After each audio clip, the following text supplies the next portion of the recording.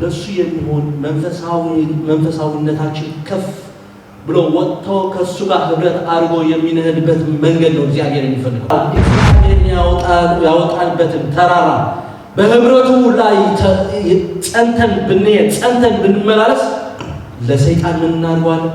እናንበርከከዋለን።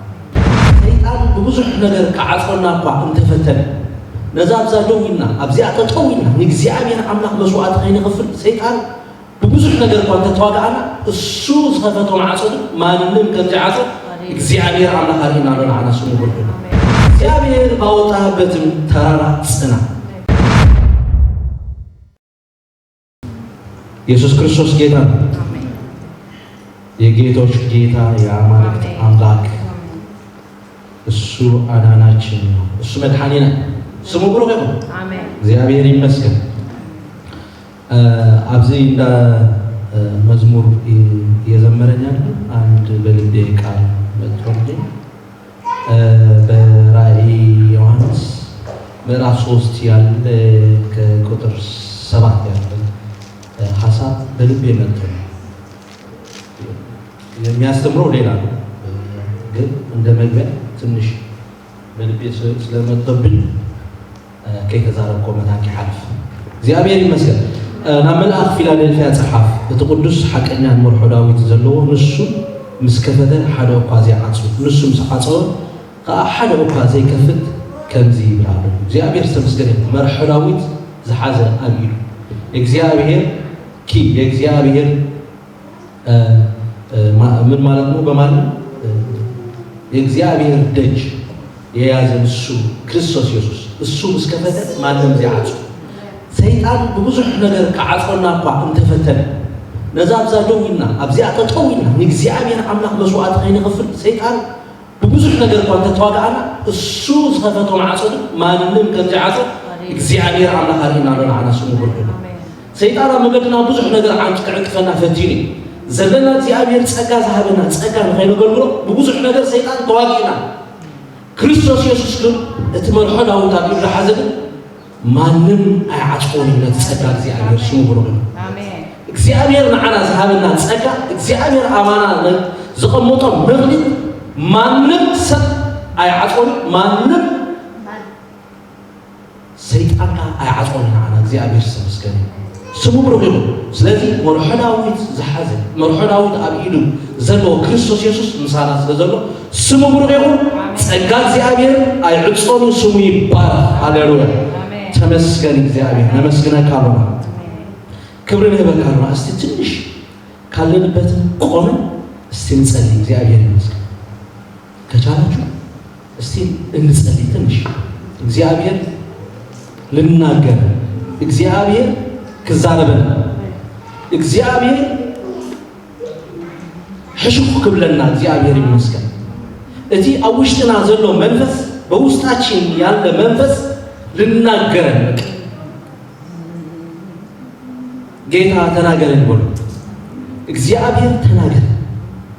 ቃልህን እጠማለሁ ቃልካ ይጸምኦ አለሁ I'm thirsty for your words God አነን ቃልካ ይጸምኦ አለሁ ተዛረበኒ ከምቲ ሓለቃሚት ሓንቲ ቃል ተዛረብ ወደይ ክፍወስ ከም ዝበለ እግዚአብሔር ኖ ሓንቲ ቃል ኣብ ማእከልና ላክ አንድ ቃል በመካከላችን ላክ ሁሉ እንትናችን ሊፈወስ ሁሉ እንትናችን በቃ እግዚአብሔር ሊቀየር ሁሉ እንትናችን በቃ እግዚአብሔር ላንተ የሚሆን ነገር ሊሆን እግዚአብሔር እባክህ አንድ ቃል በውስጣችን ተናገር።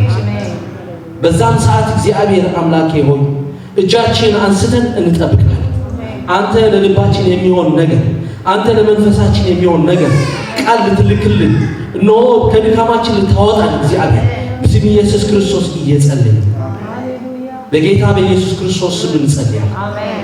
ጌታ አንተ ታማኝ አምላክ በጌታ በኢየሱስ ክርስቶስ ስም አሜን። እግዚአብሔር ይባርካችሁ። ጌታ ይባርካችሁ። ኑሩልኝ። ተባረኩ። ክብረት ይስጥልኝ።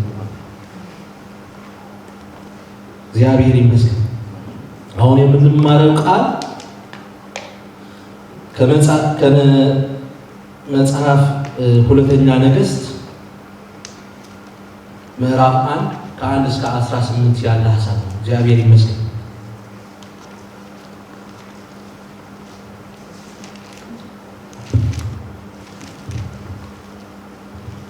መጽሐፈ ነገሥት ሁለተኛ መጽሐፈ ነገሥት ምዕራፍ 1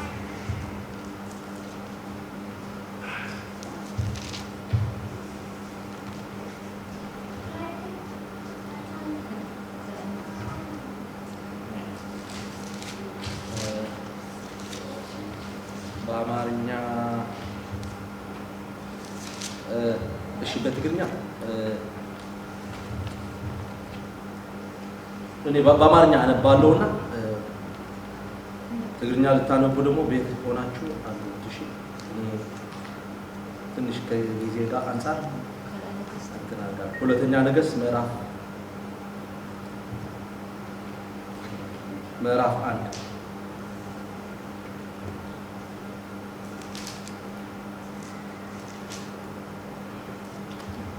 አክዓብ እግዚአብሔር ተመስገነ በስመ ኢየሱስ ክርስቶስ ከሙረ ከ1 እስከ 18 ሁሉም ምዕራፍ 1 ሁሉ ማለት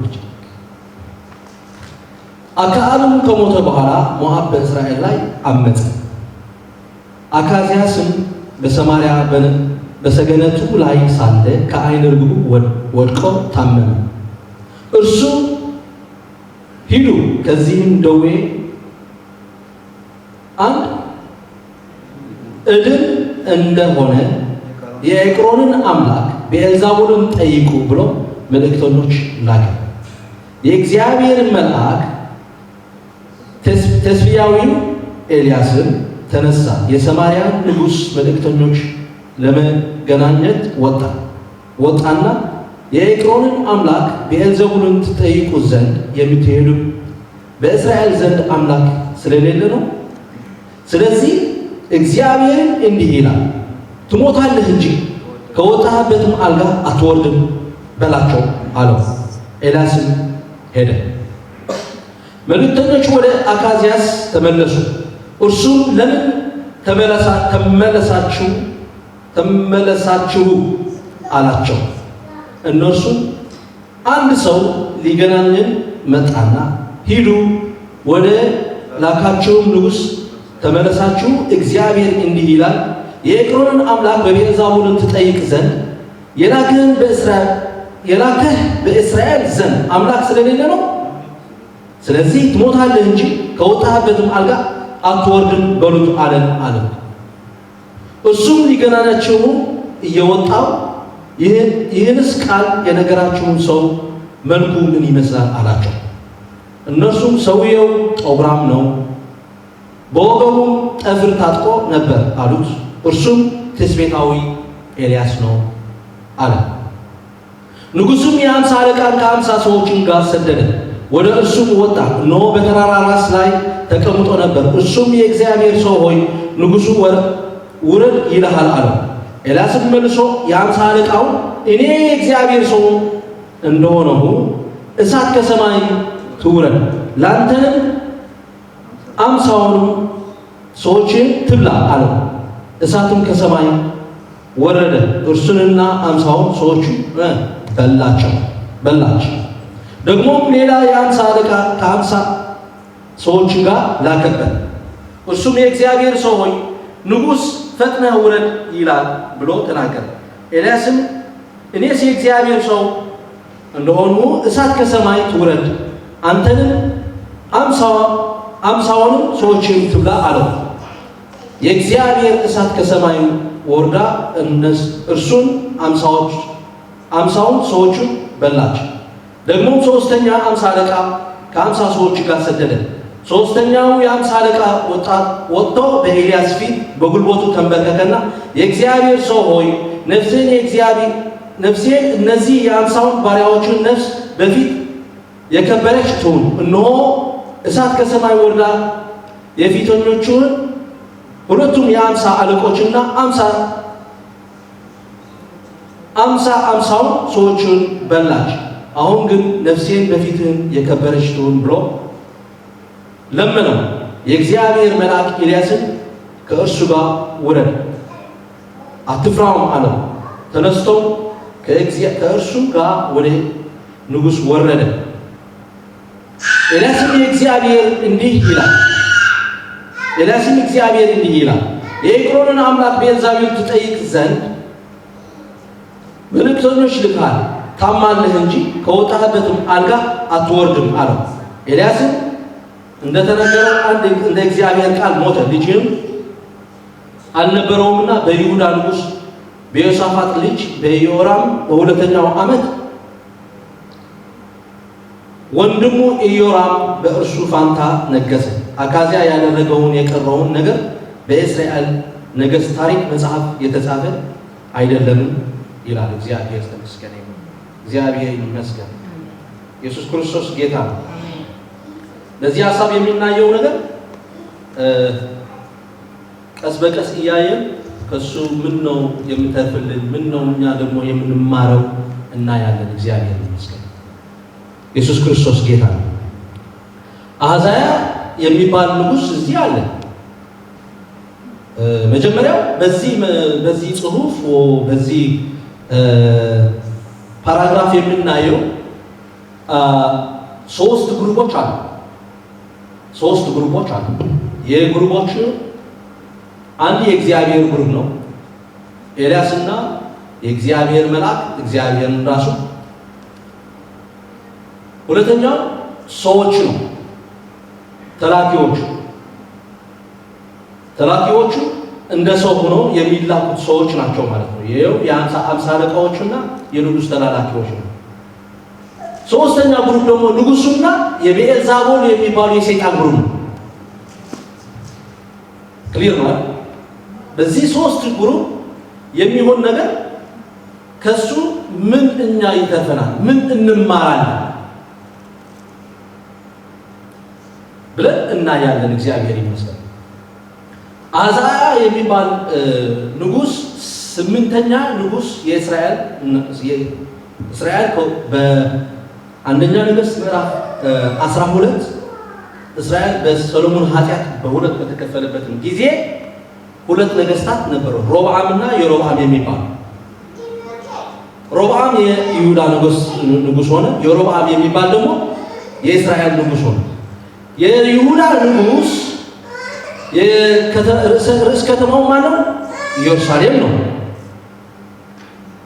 የእስራኤል ንጉስ ርዕሰ ከተማው ደግሞ የትኛው ነው? ሰማርያ ነው። ኖርዝ ፓርት ማለት ነው። ከእስራኤል ኖርዝ ፓርት ያለው ማለት ነው።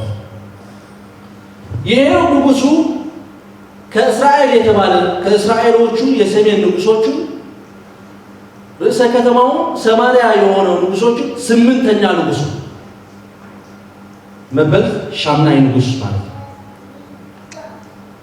ካብቶም ናይ ኖርዝ ዘለው ንጉሳት መበል ሻምናይ ንጉስ እዩ ዘአሕዝያ። አቡኡ ድማ መን ይባል? አካብ። ለአካብ አባት ደግሞ አካብ። የአካብ ሚስት ማናት? ኤልዛቤል። የኤልዛቤል ታሪክ ሁላችን እናውቃለን አይደል? እሺ፣ እግዚአብሔር ይመስገን።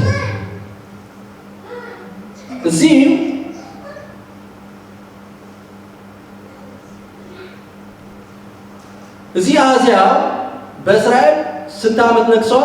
2 ዓመት ነግሷል። ከ851 እስከ 853 ነው። ከ853 እስከ 851 ምክንያቱም ከቢሲ ብናስብ እየወረደ ነው የምናስበው። እሺ ተምረናል። ቢፎር ክራይስት የሆነው ዓመት የምንቆጥረው እየወረደ ነው የምንቆጥረው።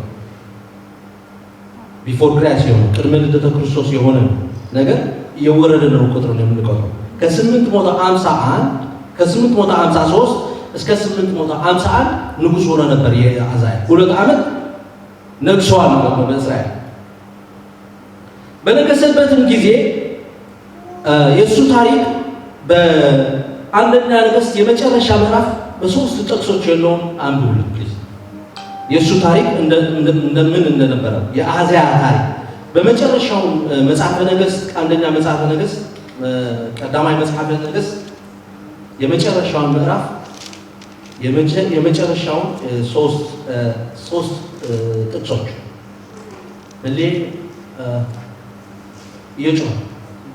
ምዕራፍ 2 አንደኛ ነገሥት ምዕራፍ 22 ከቁጥር 51 እና እስከ 53 ያለ ጮህ ለፕሊዝ ታሪኩ ነው። አዛያ እንዴት ታሪክ ነበር ደግሞ በዛም ጊዜ ንጉስ ሜጀር የሚደረግበት ነገር በዳዊትና በዮሮብዓም ብሎ ነው ሜጀር የሚደረግበት የነበረው። ይሄ እንዴት አድርጎ ሜጀር እንዳደረገው መጽሐፍ ቅዱስ እናያለን። አንብብ ፕሊዝ ጮህ ብለን ቁጥር 51 ያ ለሰለሞን እነሆ አዶንያስ ንጉሥን ሰለሞንን ፈርቶ ንጉሥ ሰለሞንን ባሪያዬን በሰይፍ ምዕራፍ አንደኛ ነገሥት ያ አንደኛ ነገሥት ምዕራፍ 22 ቁጥር 51 እሺ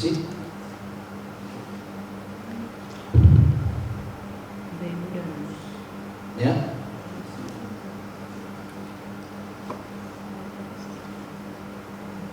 እሺ አነባለሁ። እሺ የይሁዳ ንጉሥ በኢዮሳፍጥ በ17ኛው ዓመት የአክዓብ ልጅ አካዝያስ በእስራኤል ላይ በሰማርያ መንገስ ጀመረ።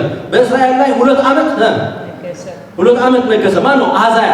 ይሄ ታሪኩ ያነበብነው በሁለተኛ ነገሥት ምዕራፍ 1 በእግዚአብሔር ፊት ምን ነው? አንድ ላይ ሆነ። በእግዚአብሔር ፊት ምን ነው? ክፉ አደረገ። አባቱንም እናቱም መንገድ እስራኤል ባሳተውን በናባጥ ልጅ በዮሮብዓም መንገድ ሄደ። የሜጀሩ ማን ነው? የሜጀሩ ሰውየው ማን ነው? ኢዮሮብዓም ማለት ኢዮሮብዓም መንገድ ሄደ። በዓልንም አመለከ፣ ሰገደለትም። አባቱንም እንዳደረገ ሁሉ የእስራኤል አምላክ እግዚአብሔር አስቆጣ። ታሪኩ የአዛያ ምን ነው? ክፉ ታሪክ ነው። ስንት ዓመት ነግሷል? 2 ዓመት ነግሷል። እግዚአብሔር ይመስገን። የንግስነቱ በዚህ ጊዜ የነበሩ ነገስታት በምን ነው ሜጀር የሚደረጉት? በዳዊትና ጥሩ ያደረገው እንደ አባቱ ዳዊት ይባላል አይደል? ክፉ ያደረገው እንደ ዮሮብዓም ይባል ነበረ። እግዚአብሔር ይመስገን። አሁን የመንገዳችን የኑሮአችን ሜጀርመንት ማን ነው? ዮሮብዓም ነው? ዳዊት ነው? እግዚአብሔር ይመስገን። የኛ በአዲስ ኪዳን ያለን የመንገዳችን ሜጀርመንት ክርስቶስ ኢየሱስ ነው። እግዚአብሔር ይመስገን። ክብር ለሱ ይሁን። እግዚአብሔር ይመስገን።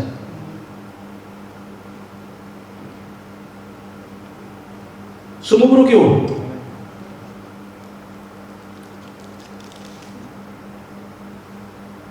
በዚህ ሁለተኛ ነገሥት ምዕራፍ 1 እንዳነበብነው የንጉሱ የአይን ርግብ የተባለው ቀለል ያለ አማርኛ መስኮት ማለት ነው። ይገባችኋል? በአማርኛ እንደሱ ይባላል። አይን ርግብ ይባላል መስኮት። በትግርኛ በጣሊያንኛ ነው የምናገው። ፊኒስትራ እንላለን። ፊኒስትራ ነው የምንላለን፣ ግን መስኮት እንላለን። በአማርኛ ደግሞ መስኮት ነው አይደል? አዎ መስኮት ይባላል አይደል?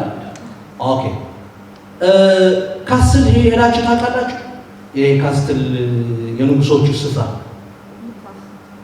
ካስትል የነገስታት የሚኖሩበትን ሰፈር ካስትል ይባላል። ይሄ ከሄዳችሁ ዋሪ ካስትል ዞር ወዱና አዩት። ይሄ በካስትል ያለ በእንትኑ አይን ርግብ የሚባል አለ። ትንሽ ፊኒስትራ የሚመስል መስኮት።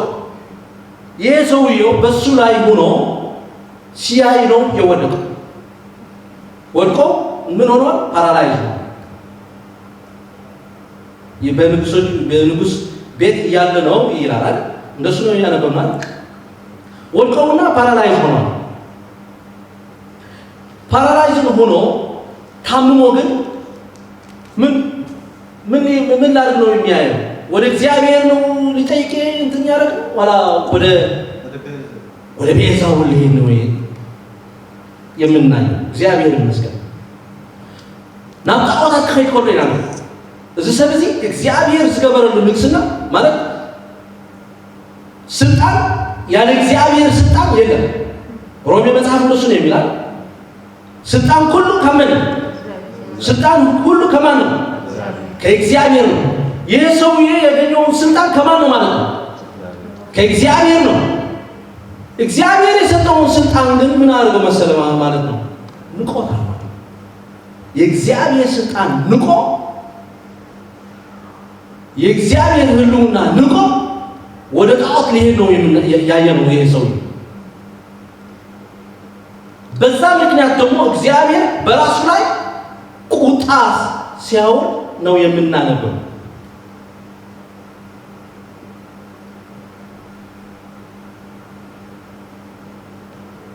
ቁጣውን እግዚአብሔር ሲልክ ግን የእግዚአብሔር መሳሪያ ከእግዚአብሔር ጋር ሆኖ የሚሰራ ማን ነው? ሰዎች ናቸው አይደል? የእግዚአብሔር ሰዎች ናቸው። እግዚአብሔር የመረጣቸው ሰው እግዚአብሔር በተለይ በብሉይ ኪዳን እሱ ላይ በመንፈስ ቅዱስ ያረፋቸው ሰው ነው ከእሱ ጋር ሆኖ ነው የሚሰራ። እሱ ደግሞ ማን ነው? ኤልያስ ነው። ኤልያስ የእግዚአብሔር መንፈስ ወደ ኤልያስ ምን ነው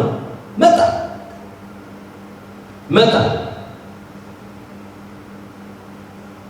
የእግዚአብሔር መልአክ ለኤልያስ ሲልከው ሲጠራው ምን ብሎ ነው የጠራው ለኤልያስ? በተለይ በቁጥር 4 ያለች ሐሳብ ብናይ ጥሩ ነው። ከዚህ የፈለግነውን ሐሳብ ልትሄድ ነው። በቁጥር 4 ያለች ሐሳብ ስለዚህም እግዚአብሔር እንዲህ ይላል ትሞታለህ እንጂ ካወጣበት አልጋ አትወርድም ብለዋል አይደል? ኦኬ ቁጥር 3 ያለው በትግርኛ ቁጥር 4 ነው። ቁጥር 3 ያለው ግን እዚህ ይላል እግዚአብሔር አምላክን ትስቢታውን ኤልያስን ተነሳ የሰማርያም ንጉሥ መልእክተኛ ለመገናኘት ምን ብላ ነው? ውጣና በትግርኛ ምን ይላል መሰለህ? ደይብ። ይሄ በአማርኛ ውጣ ከውስጥ ወደ ደጅ ልትወጣ ውጣ ይባላል። ወደ ላይ ስትወጣ ደግሞ ውጣ ይባላል። አንድ ትርጉም ነው ያለው እንዴ? ግን እንትኑ ኮንተንቱ ይለያል። በትግርኛ ይለያል። ውጣ ወይም ውጣ ከውስጥ ውጣ እንላለን በትግርኛ። ኦኬ በትግርኛ ወደ ላይ ውጣ ስትለው ደግሞ ደይብ ትላለህ አይደል እንዴ? አቀምሻለሁ ማማ ያ ደይብ ትላለህ አይደል? ለዓሊ ወደ ላይ ደይብ ትላለህ በትግርኛ። አዎ በትግርኛ በአማርኛ ውጣ ይለዋል። ስትናገረው ወደ እንትኑ ስትናገረው ውጣ ይለዋል በአማርኛ። በትግርኛ ደግሞ ደይብ ይለዋል። ትርጉሙ አንድ ነው። ሐሳቡ አንድ ነው። ውጣ ነው ያ በኋላ እናያለን። በታች በሐሳብ ያለው በዚህ ሐሳብ ያለው በታች እናየዋለን። ስለዚህ ውጣ ነውና ወደ ላይ አውጥቶ ሲናገረው መልእክት ወደ ኤልያስ ሲልክለት እናያለን ማለት ነው። እግዚአብሔር ይመስገን። ሲልክለት ደግሞ እንደዚህ ይለዋል ተነስና ውጣ የሚል ቃል ነው። ይሄ ቃል የሚያመለክተው ወደ ከፍ ያለው ወደ ተራራው ቦታ መራመድ የሚያመለክት ቃል ነው። በዛ ወቅት ደግሞ መልእክት ሲሰጠው ነው የምናየው። ኤልያስ ደግሞ የተሰጠው መልእክት የእግዚአብሔር መልእክት እንደወረደ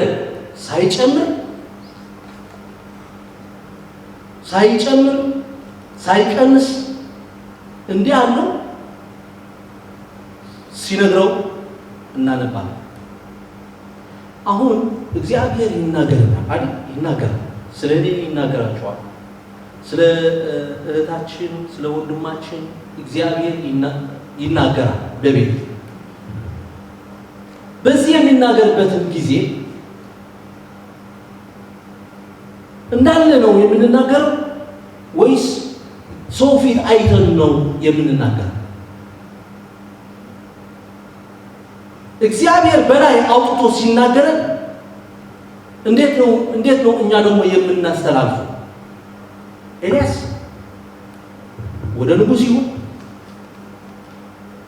ወደ ታላቅ ይሁን እግዚአብሔር እንደሰጠው ነው የተናገረው። አሁን ብዙ አይነት እንሰማለን። ከብዙ አይነት ትንቢቶች የምንሰሙ በዛም ጊዜ ሁሉም ተመሳሳይ ሁሉም በቃ አንድ የሚገርመኝ ሁሉ ኮንተንቱ አንድ ኮንተንቱ ቃሉ ሊቀያየር ይችላል። በላይ ሆኖ ስታየው ግን በመንፈስ ሆኖ ስታየው ግን መንፈሳዊ ሆኖ ስታየው ሁሉም ትንቢቱ በአሁን ጊዜ የሚመጣው ትንቢት የሥጋ ነው። ያልፍልሃል፣ እንደዚህ ትሆናለህ፣ 1 ሚሊዮን ባንክን ይገባል። ደግሞ ክራይም እኮ ነው ከየት የመጣ ነው 1 ሚሊዮን ባንክ ይገባል። እንደዚህ ይሆናል። በቃ በዚህ የምድር ነገር በቃ የወረደ ነገር ብቻ። በእግዚአብሔር ፊት ግን እዚህ ነው የእግዚአብሔር የሚያስፈልገው። እግዚአብሔር የሚፈልገው እኛ በዚህ የምድር ሐሳብ ብንያዝ ነው እግዚአብሔር የሚፈልገው አይደል? አይመስልም።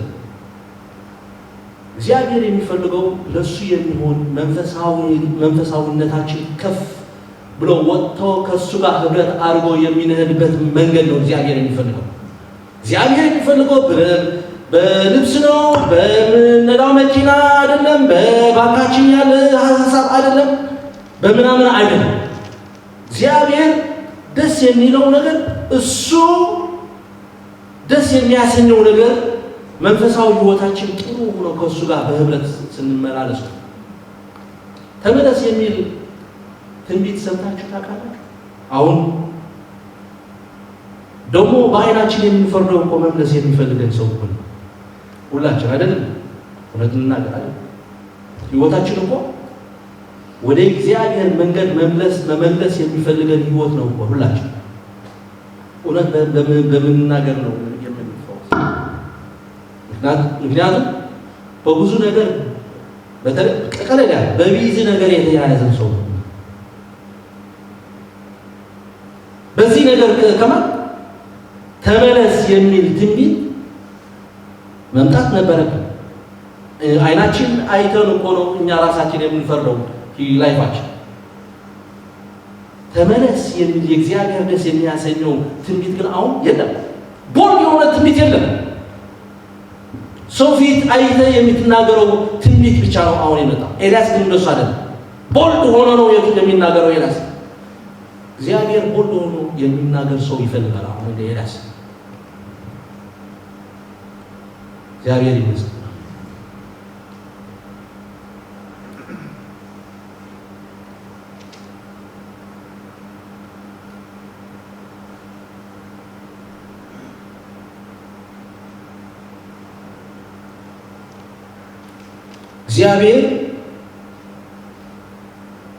ኤልያስ የአሕዛያ ታላቅነት ግዳይ ነው። አሕዛያ በዛም ጊዜ በሰማርያ በነበረው የመጨረሻ ታላቅ የሆነ እሱ ነው አይደለም? ንጉሥ ነው። የአሕዛያ ትልቅነት ግን ኤልያስ ግዳይ ነው።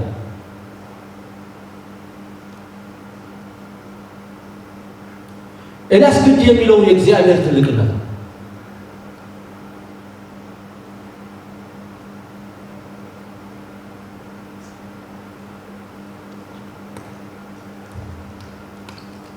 ለመልእክተኞቹ መልእክት ሲያድርስ በቁጥር 8 ያለ ሐሳብ እነሱ ሰውየው ፕሮግራም ነው። ይሄ ደግሞ ለየት ያለ ሐሳብ ደስ ያለኝ ነገር ሐሳብ ነው። በዚህ ቁጥር 8 ያለ ሐሳብ እስቲ እናንበው። እነሱም ሰውየው ፕሮግራም ነው ሲጠይቃቸው ማለት ነው። መልእክተኞቹ ለንጉሱ መልእክቱ ከነገሩት በኋላ ምን አይነት ሰውየው ነው እንደዚህ ያላችሁ? ተገርመዋል አይደል?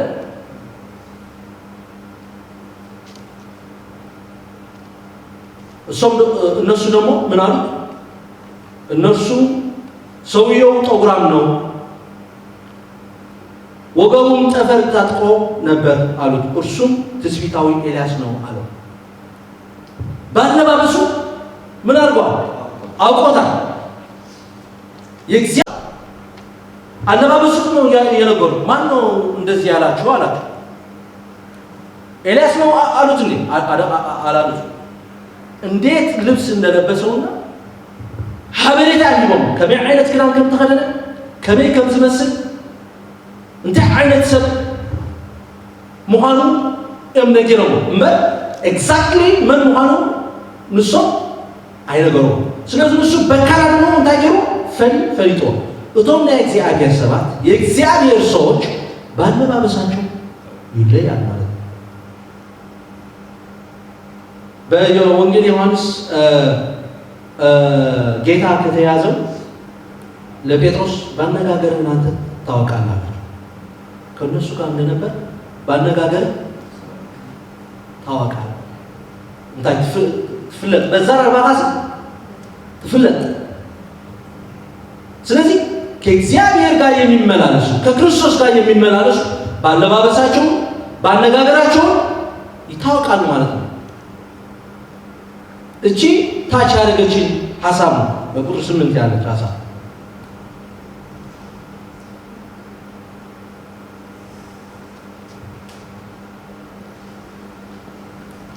እግዚአብሔር ይመስገን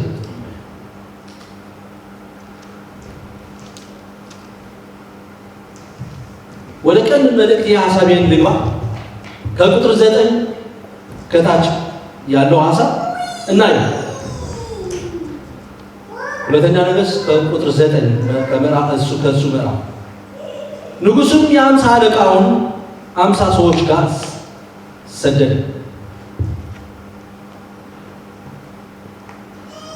ወደ እርሱም ወጣ እነሆም በተራራ ራስ ላይ ተቀምጦ ነበር የት ቦታ ተቀምጦ ነበር በተራራ ላይ ተቀምጦ ነበር ርዕሳችን ይሄ ነው በወጣህበትም ተራራ ጽና እግዚአብሔር ባወጣህበትም ተራራ ጽና እግዚአብሔር አብዞ ጻካ በሪህ እግዚአብሔር አብዞ ጻካ ከረ ጽና እግዚአብሔር ይመስገን ርዕሳችን እዚህ ነው እግዚአብሔር ባወጣህበትም ተራራ ጽና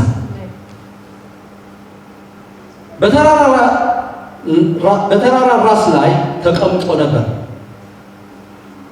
እርሱም የእግዚአብሔር ሰው ሆይ ንጉሡ ውረድ ይልሃል የተኛው ግሩፕ ነው ውረድ ይላል የሚለው የተኛው ነው ሶስት ግሩፕ አለው አይደል አንደኛው የእግዚአብሔር ግሩፕ የኤልያስ ግሩፕ ሁለተኛው የሰዎች ግሩፕ ተላላኪዎቹ ሶስተኛው የሰይጣን ግሩፕ ከንጉሶቹ ጋር አሁን ውረድ የሚል መልእክተኞቹ ሰዎቹ ናቸው አይደል ተላላኪዎቹ ይሄ ግሩፕ ናቸው አይደል 50 ሰዎች ናቸው ውረድ የሚል መልእክት የሚልክ ግን ማን ነው የሰይጣን ግሩፕ ነው አይደል ከፍታ ላይ ውጣ ያለው ማን ነው ለኤልያስ ከፍታ ላይ ውጣ ያለው ማን ነው እግዚአብሔር መልአክ ነው እግዚአብሔር ነው አይደል ኦኬ እግዚአብሔር ተራራ ላይ አውጥቶ እግዚአብሔር አብ ከረን አውጥቶ ወክንሱ እቶም ሰባት ተላአኹም ውረድ ዝብሉ ዘለዉ ካብ ሰይጣን ዝተላአኸ መልእክቲ ሒዞም ይወርዱ ዘለዉ ዝመፁ ዘለዉ እርሱም የእግዚአብሔር ሰው ሆይ ንጉሡ ውረድ ይልሃል አሉ ኤልያስ መልሶ የ50 አለቃውን እኔስ የእግዚአብሔር ሰው እንደሆኑ እሳት ከሰማይ ይውረድ አንተን 50ውን ሰዎችን ትብላ አለው እሳትም ከሰማይ ወርዳ እነሱን 50 ሰዎችን በላቸው ደግሞ ሌላ 50 አለቃውን 50 ሰዎችን ጋር ላከበት እርሱም የእግዚአብሔር ሰው ሆይ ንጉሡ ፈጥነህ ውረድ ይልሃል ብሎ ተናገረ ኤልያስም እኔ እግዚአብሔር ሰው እንደሆንኩ እሳት ከሰማይ ትውረድ አንተንም 50 ሰዎችንም ትብላ አለው የእግዚአብሔር እሳት ከሰማይ ወርዳ እርሱንና 50ዎቹን በላቸው ሶስተኛ ደግሞ መጥቷል እሱ እግዚአብሔር ባቀመጠበትን ቦታ ጸንቶ 50 ሰዎች ነው እሱ አንድ ሰው ነው ደግሞ ከንጉሥ የተላኩ ሰዎች ናቸው ወታደሮች ናቸው መሳሪያ አላቸው አይደል ይሄ ምን ይባላል ጦር አላቸው በዛም ጊዜ ጦር ነው የነበረው ቢላ አላቸው ሊገሉት ይችላሉ አይደል ፊዚካሊ ሀርብ ሊያደርጉ ይችላሉ ሰውየው ግን ማን ይዞ እንዳለው ያውቃል ማን እንዳወጣውን ያውቃል በሱ ሁሉም ነው በትብዓት እግዚአብሔር ይዞ በስልጣን ምን ሊያደርገው የምናየው በስልጣን ከእግዚአብሔር ትእዛዝ አውሮ በእሳት ሊበላቸው የሚናል እግዚአብሔር ባወጣበትን ከፍታ ከጸና እግዚአብሔር ባወጣበትን ተራራ ከጸና የእግዚአብሔር ኃይል ታያል።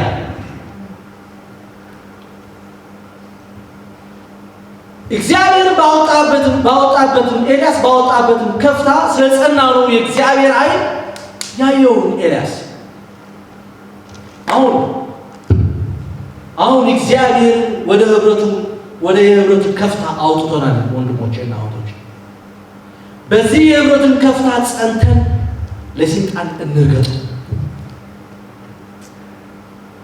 ደግሞ ከጸናን ምን እናደርጋለን? እንረግጠዋለን። ክብር ለእግዚአብሔር። እግዚአብሔር ይመስገን። ሁለት ጊዜ 50 ሰዎች መጥቶና በእግዚአብሔር ኃይል እንትን ኦቨርካም ሲያደርግ ነው የምናየው። ድል ሊቀነው ነው የምናየው። እግዚአብሔር ይመስገን። ከዚህ የምንማረው እግዚአብሔርን ባወጣን ከፍታ እግዚአብሔርን ባወጣን ተራራ ብንጸና ሁል ጊዜ ድል እንቀናጃለን። በማን በስሙ የእግዚአብሔር ስም የኛች ናዓና ጽኑዕ ግንቢ ስሙ ብሩክ ነው። His name is our shelter man.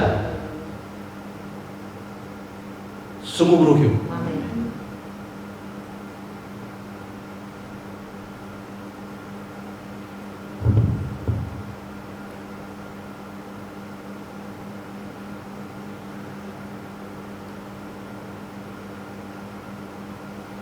ደግሞ ሶስተኛ 50 አለቃው ከ50 ሰዎች ጋር ሰደደ። ሶስተኛም የ50 አለቃው ወጥቶ በኤልያስ ፊት በጉልበቱ ከጸና ሰይጣን ይንበረከካል። እግዚአብሔር ባወጣበትን ከፍታ ከጸና ሰይጣን ይንበረከካል። ኑሮውን በሚፈትንበትን ጊዜ በእግዚአብሔር ፊት እግዚአብሔር ባወጣበትን ከፍታ የእግዚአብሔርን ስም ብትይዝ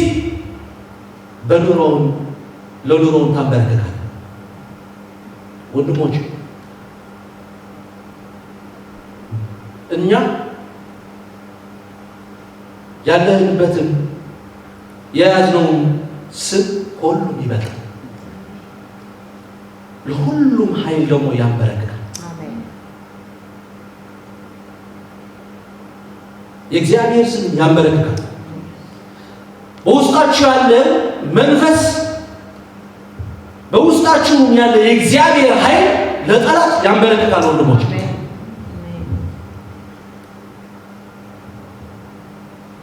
ኩነታት አይዛችሁ፣ ኩነታት አይሐሱ፣ ኩነታት አይሐሰና በቃ ሰይጣን ከሐረድን ክኸትልን ይዝመጽእ ሰይጣን ንዓኹም ከውድቕ ይዝመጽእ ናይ እግዚአብሔር ኃይሊ ናይ እግዚአብሔር ጽንዓትን አባኹምን ይዘሉ ስሙ ካብቲ ናይ እግዚአብሔር ኃይሊ አባኹምን ዘሎ ዝተልዓለ ድማ ሰይጣን ብጉል ኣብ ቅድሚኹም ክድፋእ ክብርከኽ ክትይዎም ስሙ ብሎ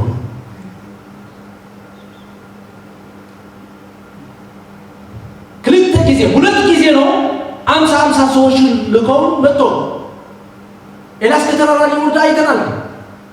ሶስተኛ ሲመጣ ግን ሲበረከት ነው ያየው። ስሙ ብሩክ ይሁን። ስሙ ብሩክ ይሁን። አሜን። የእግዚአብሔር ስም ይባረክ። አሜን።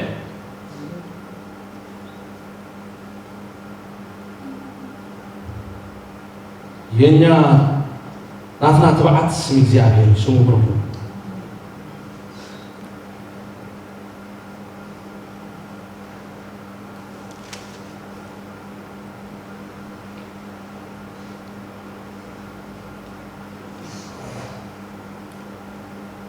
ተንበረከከና የእግዚአብሔር ሰው ሆይ ነፍስና የእነዚህ የ50 ባሪያዎች ነፍስህን በፊትህ የከበረች ትሁን። እነሆ እሳት ከሰማይ ወርዳ የፊተኞችን ሁለቱም የ50 አለቆችና 50 ሰዎቻቸውን በላች። አሁን ግን ነፍሴ በፊትህ የከበረች ትሁን ብሎ ለመነው። ሰይጣን በመጨረሻው እግዚአብሔር ባወጣን ከፍታ ከጸና ሰይጣን ይለምናል፣ ይንበረከካል፣ ፊትህን ላይ ይወድቃል። ብቻ እግዚአብሔር ባወጣበትን ተራራ እግዚአብሔር ባወጣበትን ከፍታ ጽና። የእግዚአብሔር ስም ይዘህ ጽና።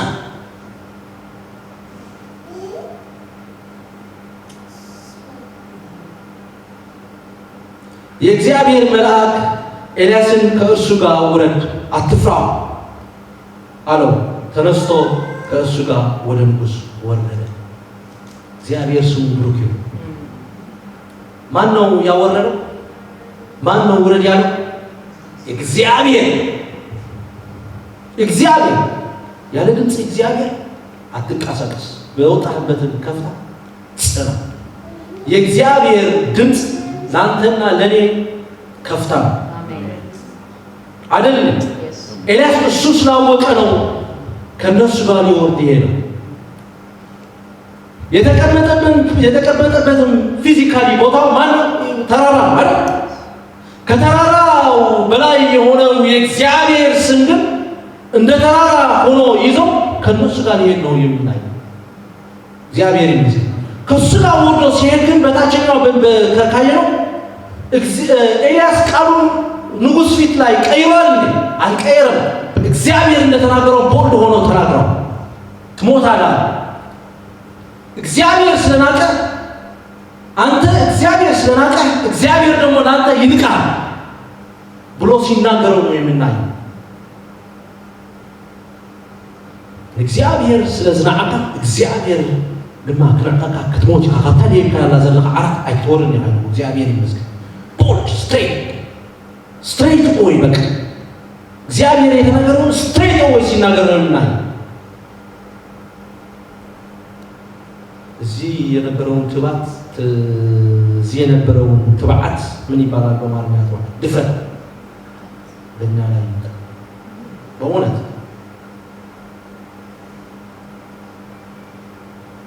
አሁን የዚህ ጊዜ በጣም ነው የሚያስፈራ ጊዜ። በቃ ብዙ ጊዜ እንማራለን፣ ብዙ ጊዜ ያስተምሩናል አስተማሪያችን።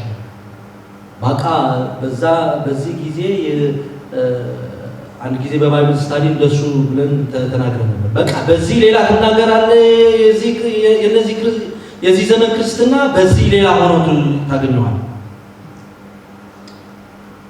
የእግዚአብሔር ሰዎች ግን እንደሱ መሆን ነበረባቸው ነው?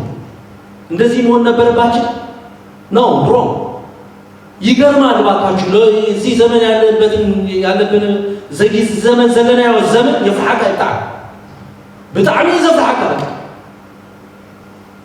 ሰብክ አንቀፊ ሰብክ ወጥቶ ሰብክ ከማን ከነውጥና አይንምን ይላል አይሎም ክርስቲያን አብዚ ኻልን ዛረብ በቲ ካልን ነበር በቲ ካልን ሰረህ በታ ካልን ዛረብ በሐሶት ተመኒና ገና አይነት ዘመን ይናዘለና ያው እግዚአብሔር ይህነና ብሽ ኢየሱስ ክርስቶስ እግዚአብሔር ያድነን ከዚህ ነገር። አሜን። አቤት አምላክ ዘሎ ድፍረታት በህዝብ አምላክ ዘሎ ምጽዋት እቲ ክቡር ዋጋ ዝተከፍሎ የከበረው አይደል የተከፈለለት የእግዚአብሔር ህዝብ መጫወት አገልጋዮች ተብለን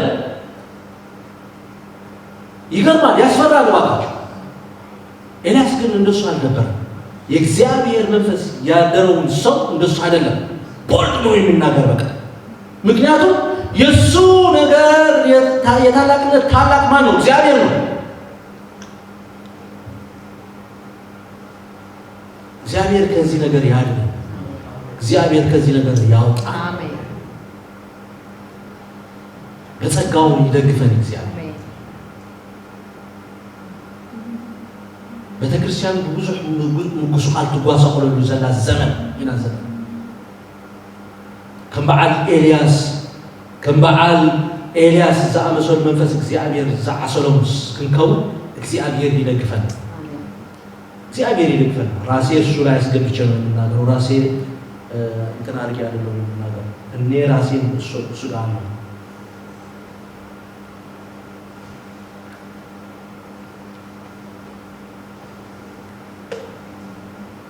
በአዲስ ኪዳን ደግሞ ለእግር መንገድ ልናገር ስለ ብሉይ ኪዳን ተናግሬ ስለ ኤልያስ ተናግሬ ስለ ክርስቶስ ካልተናገርኩ መውረድ የለብንም። የአዲስ ኪዳን ሰባኪ ሆኖ እዚህ በአዲስ ኪዳን ስንተረጉመው ከፍታ ላይ ምን ማለት ነው? ተራራ ላይ ምን ማለት ነው? በአዲስ ኪዳን በተራራ ላይ የተደረገው ነገር ምን ነው? እግዚአብሔር ይመስገን። ማርቆስ የክርስቶስ ወንጌል በማርቆስ የተጻፈው ምዕራፍ 9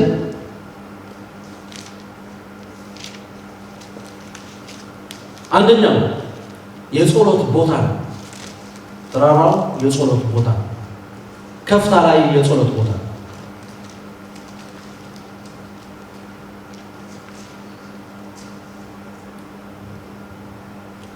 ሁለተኛው በሱ በማርቆስ ምዕራፍ 3 ላይ በወንጌል ማለት የክርስቶስ ወንጌል በማርቆስ የተጻፈውን ምዕራፍ 3 ቁጥር 13 ወደ ተራራው ወጣ፣ ራሱን የወደዳቸውን ወደ እርሱ ጠራ፣ ወደ እርሱም ሄዱ፣ ከእርሱ ጋር እንዲኖሩና ለመስበክ እንዲልካቸው ደዌዎቹን ሊፈውስ አጋንንቱን ሊያወጡ ስልጣን የሆነላቸው ዘንድ 12 አረገ። የምን ቦታ ነው ማለት ነው? የስልጣን ቦታ፣ ስልጣን የምትሰጥበት ከእግዚአብሔር ስልጣን የምትቀበልበት ቦታ ነው። ተራራ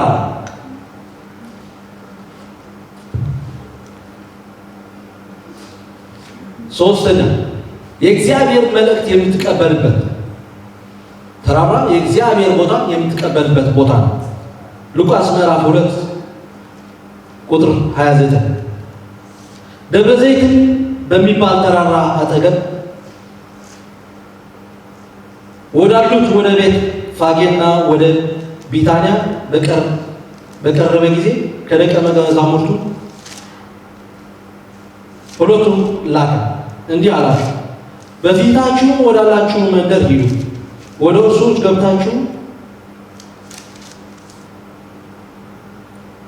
ሰው ማንም በፊታችሁ ወዳላችሁ መንደር ሂዱ፣ ወደ እርሱም ገብታችሁ ከሰው ማንም ገና ያልተቀመጠበትም ውርንጫ ታስሮ ታገኛላችሁ፣ በፊታችሁ አምጡት። ማንም ስለምን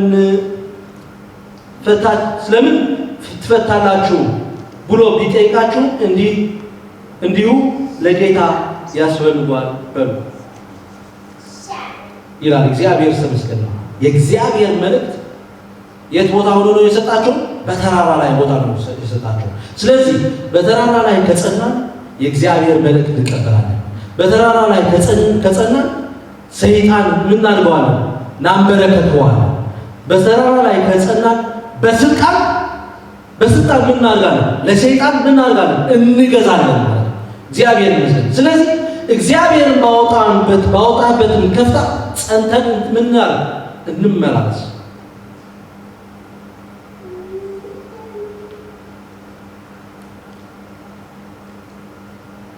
ይኸው ያየነው ሶስቱም በኤልያስ የሆነ ነገር እናያለን። ከእግዚአብሔር መልእክት የተቀበለበትም በቁጥር 4 ና ውጣ አለውና መልእክት ምን ነው? ውጣ አለው። ወደ ተራራ አውጥቶ መልእክት ሲሰጠው እናያለን አይደል? በአዲስ ኪዳን ደግሞ ለ12ቱ ጠርቶ መልእክት ሲሰጠው አስተማራቸውን መልእክት ሲሰጠውን ደግሞ እናያቸዋለን። እግዚአብሔር ይመስገን። ለኤልያስ በቁጥር 10 ስልጣን እንደሰጠውና በስልጣን ለአምሳ አለቆችና ከጭፍራዎቹ እሳት አውርዶ ሲቀጣቸው እናያለን። ይሄው የተናገረበትን የአነጋገርን ዘዴ በስልጣን ነው ያደረጋቸው። ስለዚህ ስልጣን ነበረው ማለት ነው። እግዚአብሔር ይመስገን። ስለዚህ ተራራ ላይ የስልጣን ቦታ ነው። እግዚአብሔር ይመስገን።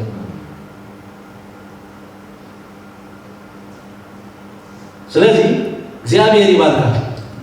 ለኛ የአዲስ ኪዳን ሰዎች ደግሞ በቀዳማይ አንደኛ ቆሮንቶስ ምዕራፍ 1 ቁጥር 7 ያለው ነቲ ናብ ሕብረት ወዱ ዝጽዋዕና አምላኽ አብ ጎይታና ኢየሱስ ክርስቶስ ስሙ ብሩክ ይሁን። ወደ ልጁ ሕብረት የጠራን እግዚአብሔር ስሙ ብሩክ ይሁን። የኛ ተራራ ማን ነው? ሕብረቱ ነው። የእግዚአብሔር እኛ ለኔና ለእናንተ የሰጠን ተራራ ይሄ ነው። እዚህ እግዚአብሔር አለ። እግዚአብሔር ያለበትን ሰፈር ደግሞ ተራራ ነው። ይሄው ተራራ በዚህ ተራራ እግዚአብሔር ያወጣንበትን ተራራ በህብረቱ ላይ ጸንተን ብንመላለስ ለሰይጣን ምን እናደርገዋለን? እናንበርከከዋለን። ለሰይጣን ምን እናደርገዋለን? እንቀጠዋለን። እግዚአብሔር ይባርካችሁ። ጌታ ይባርካችሁ። ካለንበትን ትንሽ ተነስተን ለእግዚአብሔር እናመስግን። ጨርሻለሁ። እግዚአብሔር ይባርካችሁ። ሃሌሉያ ሃሌሉያ። ከቻላችሁ እስቲ አመስግኑት። በዚህ ተራራ በህብረቱ ላይ ተራራ ያወጣን እግዚአብሔር አመስግኑት። ጌታ ለመስግነህ ካለው እግዚአብሔር እንባረከካ አለው። እግዚአብሔር ክብርን ህበካ አለው። ንስኻ ዓቢ አምላኽ ስለዝኾንካ